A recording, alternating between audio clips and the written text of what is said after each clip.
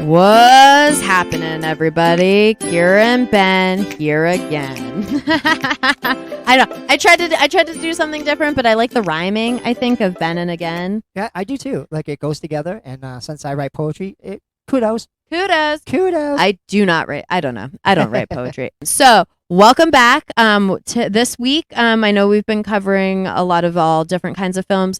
Getting back to what I would consider my roots, female-led horror, and we're doing 1981's Possession. Yes, something I'd never seen until you said you have to watch Possession. Great movie, not for the faint of heart. No, very gory. Very gory. This movie was actually banned for a little bit. Oh, yeah? Yes, because of the subject matter and the grotesque scenes. Yeah. The first version of it, not the version that we watched, but there's another version of it that was released that was heavily edited down and very cut. And then they were like, this isn't the movie. And then they've released this movie. It has now achieved some cult status. Yeah. It is a very big movie, I would say now. And it is a tough watch. Yeah. I'd never seen it. And I was just like, my mouth dropped on some scenes. I was like, what? Right. And I think because what it is a subtle horror movie. Yes. It is not in your face. There is a lot of gore, but there's not a lot of like monsters. No. There is some supernatural aspects, so earlier when we were talking about prophecy, if you have listened to the prophecy episode, we were talking about how horror can mean and do a lot of different things. Yes. And how it can mean a lot of different things and how it can be a lot of allegories. And to me, this is an allegory for the disintegration of a toxic relationship. Yeah. And it is done, I think, so beautifully in so many different ways. So to start off, this film is set in Berlin, in Germany, and it is set during the time of Berlin being split. And I think the point of this is so important because you're talking about a divided marriage in a divided city. Yeah. Oh, yeah. So we already have this to begin with. And so our protagonist, well, Mark and Anna, I'm going to call them simultaneously protagonists. It is really a movie of just them. Yeah. We do have side characters, but it is just them. So we have Mark and Anna, and now Mark is a spy, and he comes back from some espionage mission or whatever. Guy with the purple socks? Yeah, something with purple socks and a briefcase and all these weird Which photos. comes into play at the ending. It does. Yeah. Okay, this movie is so good, you guys. Okay, so Mark comes back and he is met with his wife, Anna. And Anna goes, just like, not even like in the street, like holding his bag. She's not even like, hey, welcome back. She's like, our son's at school. And I think their son's name is Bob. Yeah. Hilarious name for a child. So Bob's at school. I want a divorce. And he's like, what? Yeah, right off the rip. I just got home. So she's like, no, I'm unhappy. I want a divorce. So now they're together and they're talking. And he's like, you're not going to leave me. Da, da, da. She's like, I've left you. I'm leaving. This is not for me. She then is now entered into so while he's gone, she has entered into a relationship with a man named Heinrich, who is what in the beginning, what you would think everything that Mark is not. He is exciting. He's otherworldly. He dances. He wears like a black satin shirt. I don't know. So Anna leaves to go be with Heinrich. And now Mark is spiraling. He's like, I just got home. What? Like, let's work this out. You're not giving me a chance. And he is there to then take care of their son, Bob, who I would say is like 5 or 6. What would you say? He's about 5 or 6. Yeah, he's like 5 or 6. I don't know. All small children. He's not a baby. He's not a baby. He can somewhat fend for himself, but and comprehend what's going on. Yeah, and I think that is the most important part, the comprehension of what's going on. He understands. So Mark and Anna not together right now. Anna leaves to go be with Heinrich, and then Mark goes into this depressive episode. He's in a hotel for 3 weeks, just sweating in bed, just like spinning and sweating in bed, and then he like comes to, and he's like, What has happened? Where am I? What time is it? And the lady's like, it's been 3 weeks. So now he runs back to his apartment because he's not there. And he bursts open the door. Anna is not there. And their son is covered in jelly and sticky, shits everywhere. And it looks like this child has been neglected for 3 weeks, which he has. And it is very sad. And so then Mark's like, okay, I'm here with you. I'm gonna start like taking care of you. Yeah, you're his dad. You should take care of him. So now he's calling Anna, trying to get her back, and now Anna comes back, and her and Mark have a lot of fights. I mean, the amount of okay, so trigger warning for this movie: brutality, abuse, Yeah. because there. I mean, the one scene. So before she goes back to the apartment, they meet in a diner or a cafe, I should say. And I love actually how they sit in the cafe. So she sits on one corner and he sits on the other corner of the booth, and they're both facing away from each other. So it looks like they're not there together, and it looks like they're not talking to each other. But they are. And they get into this fight, and she's like, I'm leaving you. I don't want to come home. I don't love you. I don't want this. I don't want that. And he just starts, first of all, flipping out. He throws all the glasses on the table, starts throwing a chair at her, and like chasing her through the restaurant. She's screaming. Yeah. And I was like, in public? Yeah. What's happening? Different time period. What? No one really acted like anything. It was like, okay. Yeah, there was like some guys at the end, when he started throwing chairs, the one guy at the end was like, oh, get out. You got this. So she does, and then it's very cool because, not cool, I don't want to use the word cool, but it's very interesting to see that sort of violence within their relationship outside of their home. And then, so then she comes back home, and in between all this, Mark has come to confront Heinrich, and he's like, Heinrich, what are you doing? This is my wife. And Heinrich's like, Anna's with me now. But at the same time, Anna is still very elusive to the both of them. Yes. Yep. And no one knows why. So they're both trying to nab her down, but they can't. So Mark beats up Heinrich, or tries to beat up Heinrich. Yeah. It's not successful. So then he goes home and he beats up Anna. Now, this fight scene is so crazy to me. So he goes, and Anna's cooking with like an electrical knife. Yeah. She's slicing a meat with this electrical knife. And as she's doing that, he starts yelling at her, and then just literally slapping the shit out of her. And then she just starts. There is so much abuse and violence in this movie. I cannot express enough that this is a tremendously tough watch. Yeah. Yes, it is. There's a lot of domestic violence. Like abuse, verbal, physical. It covers all the aspects of domestic violence. Yes. So this, I do want to make that very well known. So slapping the shit out of each other, right? To the point where Anna takes to the point where they go outside. Yeah. And they're outside slapping, and she's just running around screaming. And I love this scene when she's running around screaming. She has like blood coming all out of her mouth, and she's just screaming at him. Like, what are you doing? Like, actually not even saying what are you doing, just literally, viscerally, gutturally screaming. Yeah. And it's really powerful. It's really crazy to me. It's beautifully done.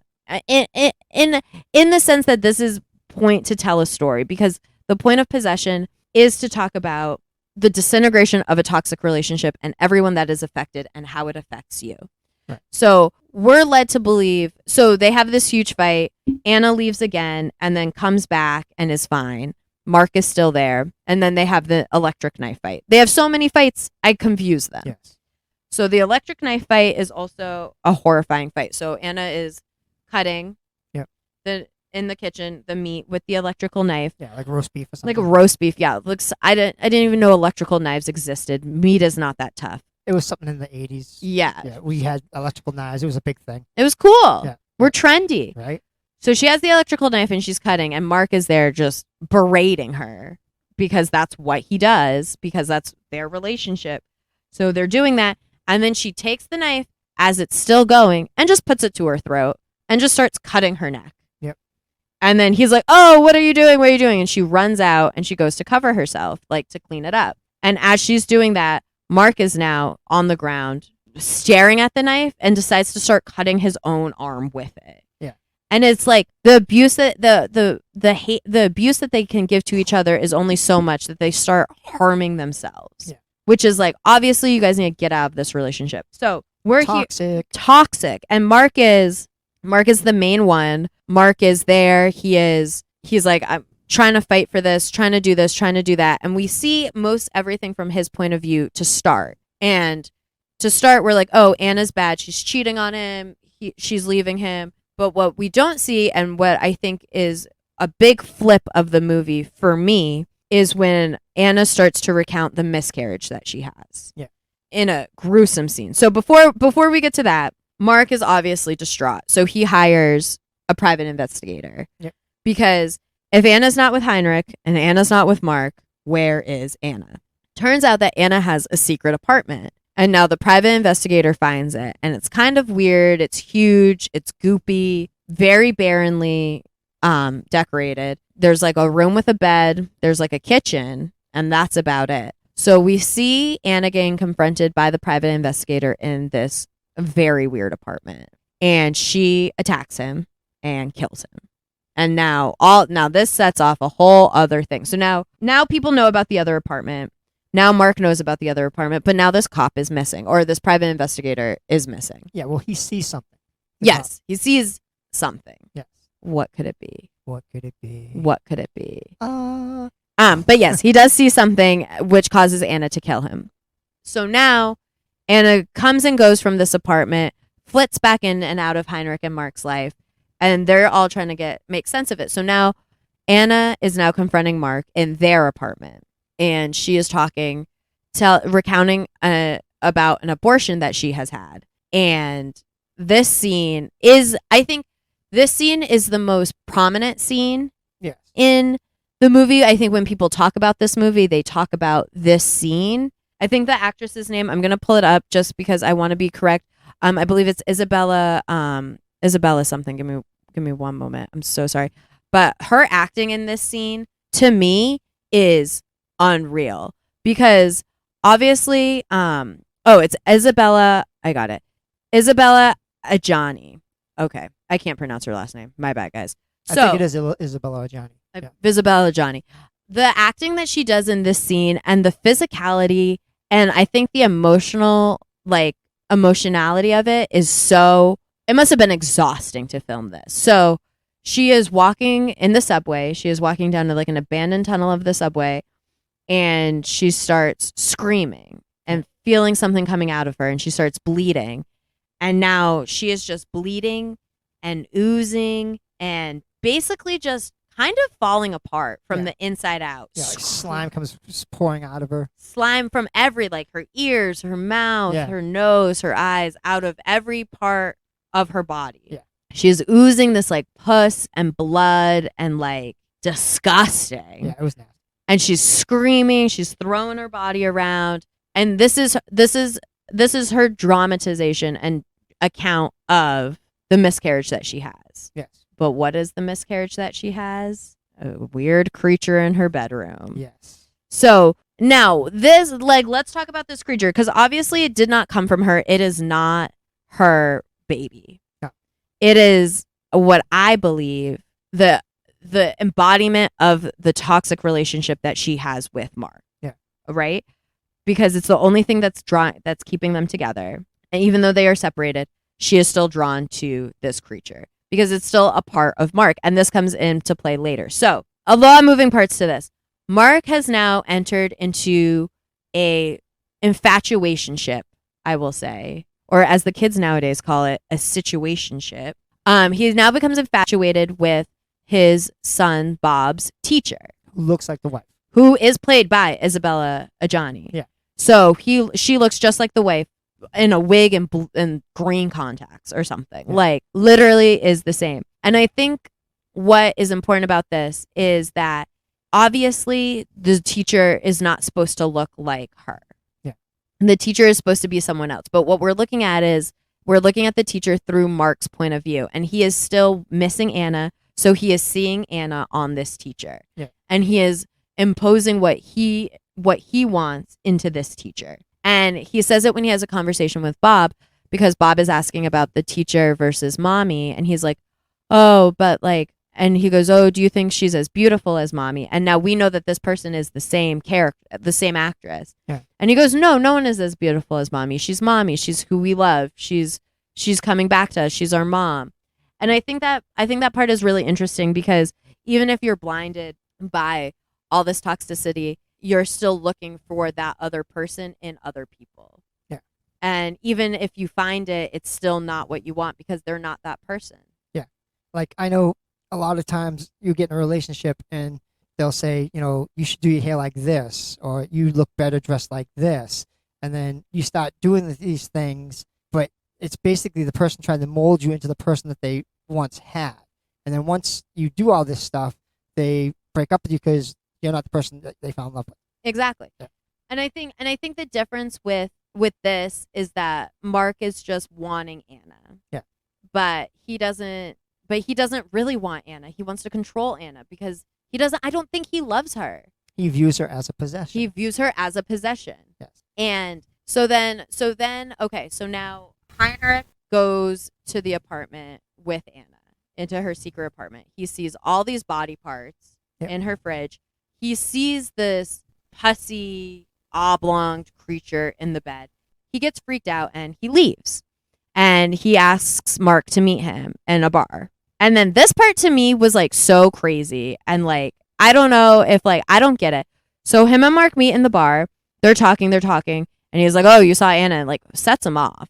And then they go into the bathroom and Mark kills Heinrich. Yes. What? Yeah. Just kills him. Yeah. And then stages it to look like a suicide. Throws like pills everywhere. He's like, oh, this is fine. What? Yeah. Because as he views her as a possession, no one else. Heinrich was going to tell. He was going to turn her in. Yeah. And therefore, she'd go to prison for life. And he'd lose her. He'd lose his possession. And he can't have that. No. So now Mark goes to the apartment. He's killed Heinrich. Yeah. No one has watched Bob, I would say, for about a month now. Yeah. Well, the lady. Maggie. Yeah. But Maggie's a basket case, and Maggie doesn't count. So Anna has this friend, Maggie. Maggie and Mark hate each other, but it seems like she wants to sleep with him. They do sleep together. They do sleep together. Yes. Yep. And they hate each other, but he's like, all right, Maggie, you're going to watch my son while I figure this out. So now Mark goes and he sees the creature, and he also sees Anna having sex with the creature. Yes. Crazy scene. And then what happens, and what I think is so important, and what I think is very crazy, is that, so we've talked, I mentioned this earlier, and this is something I believe when I watched the film, is that this creature is the embodiment of their toxic relationship, right? This creature, because then the creature morphs into Mark. Yes. And now we have two Marks. I would call creature Mark the idolized version of Mark, what Anna wants in the relationship, what she was hoping for in the relationship. It's kind of like you enter into a relationship with someone, and obviously there's lust and there's passion and there's feelings, but then from that you also start creating expectations and hopes and dreams within yourself for like what you want out of this relationship, correct? Yeah. So as this is happening, it is this creature that she miscarried into this idealized version of what she wants her relationship to be, what she's holding on to, is now a version of Mark. So now we got Mark and Anna fighting through the streets of Berlin, chasing each other till they get back to their original home and apartment where Bob and the teacher are. Because Maggie's gone and the teacher is now watching Maggie's Bob. dead. Maggie's dead. See, everyone effing dies. Yep. Didn't Mark kill her? No. Anna killed her. Anna killed her. Yep. See? Because she saw the demon. She saw the creature. Yep. And Anna would protect the creature. Right. Because that is the idealized version of her relationship with Mark. Yep. God, I forgot that Maggie. I hated Maggie, so I really blacked out every scene that she was in. Sorry, guys, I did. So that happens, and now they're fighting, and now we have Mark and Anna, and creature Mark, stronger than everybody. Yeah, they end up going to a house. No, it's their apartment, like the steps to their apartment. Yeah, but I thought like after they go to they go to a house. Remember with the police car when he takes the police car? Oh yeah, because they steal the police car because Heinrich's mom is getting involved. Yes. So this movie, okay, guys, we're jumping around because a lot happens. A lot happens. A lot happens. It's a good movie. It's a good movie. So a lot is happening and going on, and we talked about this with Three Idiots. These plots are rich with storylines. So Maggie's dead. Anna kills Maggie. Heinrich's mom is getting involved because Heinrich is dead, and she's like, my son is dead. Creature Mark, real Mark, and Anna are all fighting. Mark steals a cop car. Bob is nowhere to be found. He is at the apartment with the teacher. And it's kind of, this is what I would call the climactic scene. What do you think? Oh, 100%. This is when it all comes to the fruition. This is where, the confrontation, the chase, and what's the outcome going to be? The outcome is Mark and Anna dying. That's the outcome. They kill each other. After all this death and all this destruction and everything that they do and all their love, what did their love accomplish? Nothing. Death. Yeah, and then the remake of Mark. Mark jumps out of the house, gets out of the stairwell that they're in, and goes to where? The house where the other Anna is. So was this Anna also a clone of the other person? Like did these things take over both these people? Like was Anna's the Anna that's standing there at the house part of Mark's creation of what he hoped Anna was? Like because Anna did it with him, so did he do it with her and make these alternate beings? So I agree and I disagree. So I believe that Anna, the mysticism of the creature and the idealized version of Mark, I think is from both of them, because it's both their ideas of what they wanted for their marriage. I mean, but she literally loses that in the subway and then has this creature that she maintains. When we're looking at Anna as the teacher, that is the teacher, but looks like Anna because that is what we are supposed to feel projected. I don't think that's what she's supposed to look like. That is what Mark has projected onto her. So that is how we view her. But that is my idea. So then what I think is so powerful, we have now we have creature Mark, who is just as bad as Mark in this idolized form, knocking on the door, trying to have the teacher let him in. And to me, this movie is gruesome and it is powerful and it is heartbreaking. But to me, the worst part of this film is how it ends, because you have Bob running from the table, hearing the voice of someone trying to come in. What he doesn't know, it's not his dad. And you see the teacher going to answer the door and him screaming, don't let him in, don't let him in, don't let him in, running into the bathroom and simulating drowning himself. Because he knows, because he's been cognizant this whole time, he's been neglected this whole time. He sees what this kind of toxic love does, and he would rather die as a 6-year-old than go through and live that again, which to me is the most gutting part of this story. Because when you're in a toxic relationship and when you're in a situation like this, you can't see outside of that, even if it starts to affect your child. And I think that is a huge arc of this storyline, is that they let their own emotions and their own egos and their own selves get in the way, that they did not pay attention to their one responsibility, which was their kid. Also, when he's screaming, don't let him in, don't let him in, could that be a reflection of like her saying in her life she should have never let him in? Yes, yeah, and vice versa. I mean, because like this movie, I know it says possession, so you think it's a possession or demonic or something like that, but it's actually a possession of how people view relationships. They become possessions in a lot of relationships, not all, but a lot of people view the person they're with as a possession, and it's falls back on the if I can't have them, no one can, sick mentality. Oh, 100%, absolutely. And it's really devastating to me, because you see so many relationships like this, and like so many people in bad situations that can't find their way out. And relationships are hard, and building relationships are hard, and the way that you view a person when you first get together with them versus who they show you who they are is very different. And I think that this film is a great portrayal of that, and it kind of shows what hoops we will go through, and then when we finally have the strength to leave, how we cannot. Oh yeah, and I've seen many relationships like this, like where the person wouldn't let the other person leave, and I was like, you should just leave, and they're like, I can't because I love them. Well, that's not love. That's being abused. That's being in an abusive relationship. That's being a victim. I mean, and I get that you want to believe that the person you're with will change, but they're not going to. They're not. And something I will say too is once you're in it, you can't see that you're in it, because it happens slowly and subtly. And then once you realize what is happening, you've already made so many poor decisions and so many excuses, and you've defended this person for what? Because you didn't realize what was happening. It is, and you can see it with Mark and how he talks to Anna, and and it is all that subtle manipulation that he does verbally and then backs it up physically. The thing where I think is different is that Anna and Mark both equally brutalize each other, which is very important in toxic relationships because when started out, we were viewing, or the movie tried to have us view Anna as the antagonist. She's the one that's leaving Mark. Mark is so distraught. He comes back from his trip, his work trip. He leaves his work because he wants to focus on his family. He's not a spy.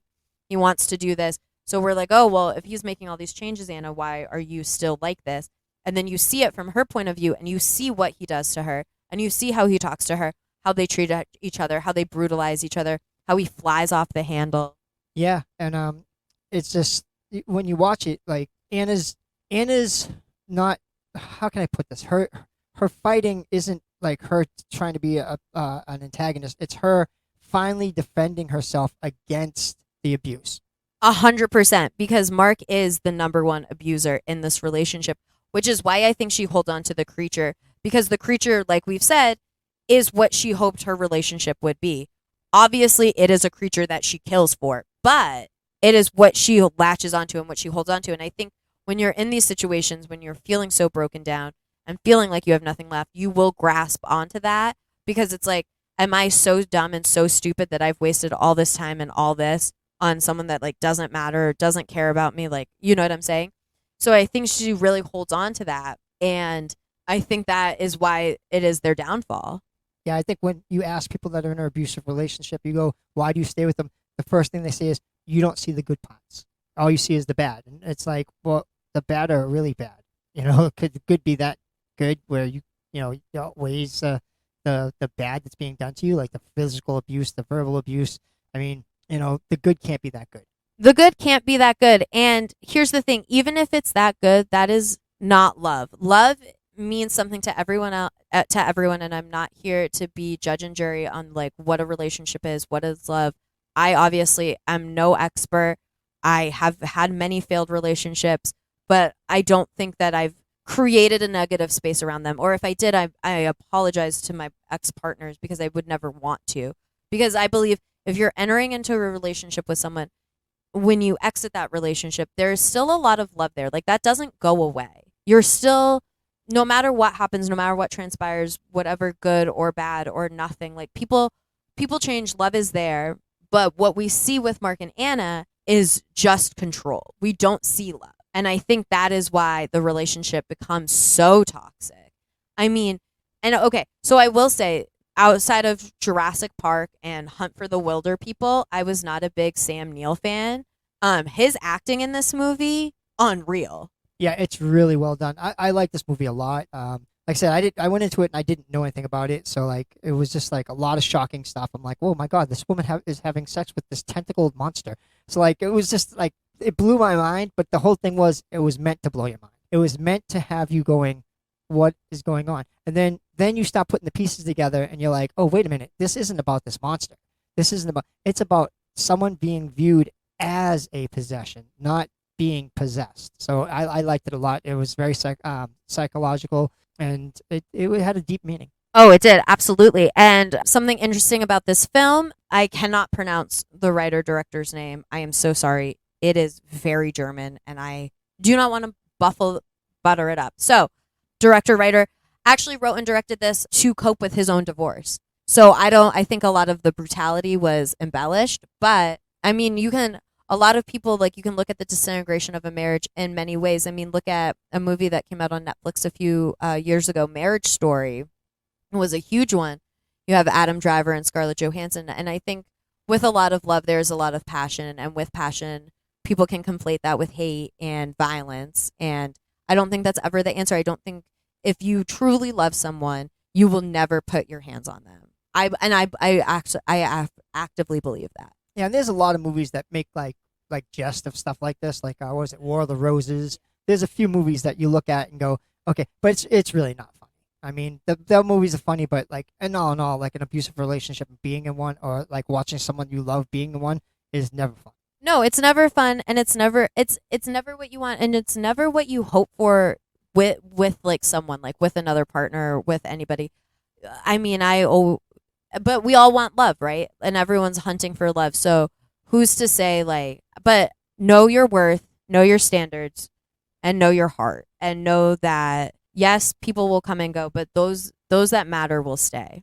So sidetrack from this movie, but I have been thinking about another movie a lot, and it goes into relationships.